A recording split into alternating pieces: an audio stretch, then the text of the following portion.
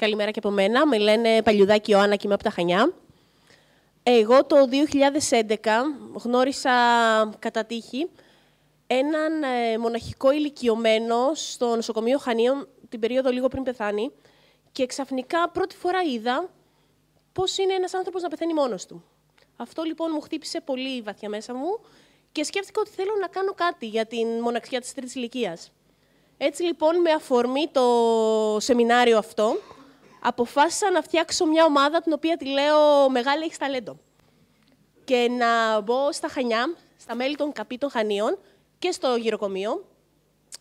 7 ΚΑΠΗ λοιπόν, ένα γυροκομείο μαζί με 20 εθελοντές, μετά από 6 εβδομάδες προετοιμασίας, θα διαγωνιστούν σε χορό, σε μουσική και σε χειροτεχνίες. Και τα 3 πρώτα θα κερδίσουν δώρα. Ο στόχος μας είναι διπλός σε αυτό. Καταρχήν, θέλω οι ηλικιωμένοι να θυμηθούν τα ταλέντα τους και μέσα από το παιχνίδι και την ομαδικότητα να γίνουν πάλι παιδιά. Δεύτερον, θέλω τα έσοδα από αυτό να πάνε στα παιδιά της ΕΛΙΠΑΠ Χανίων.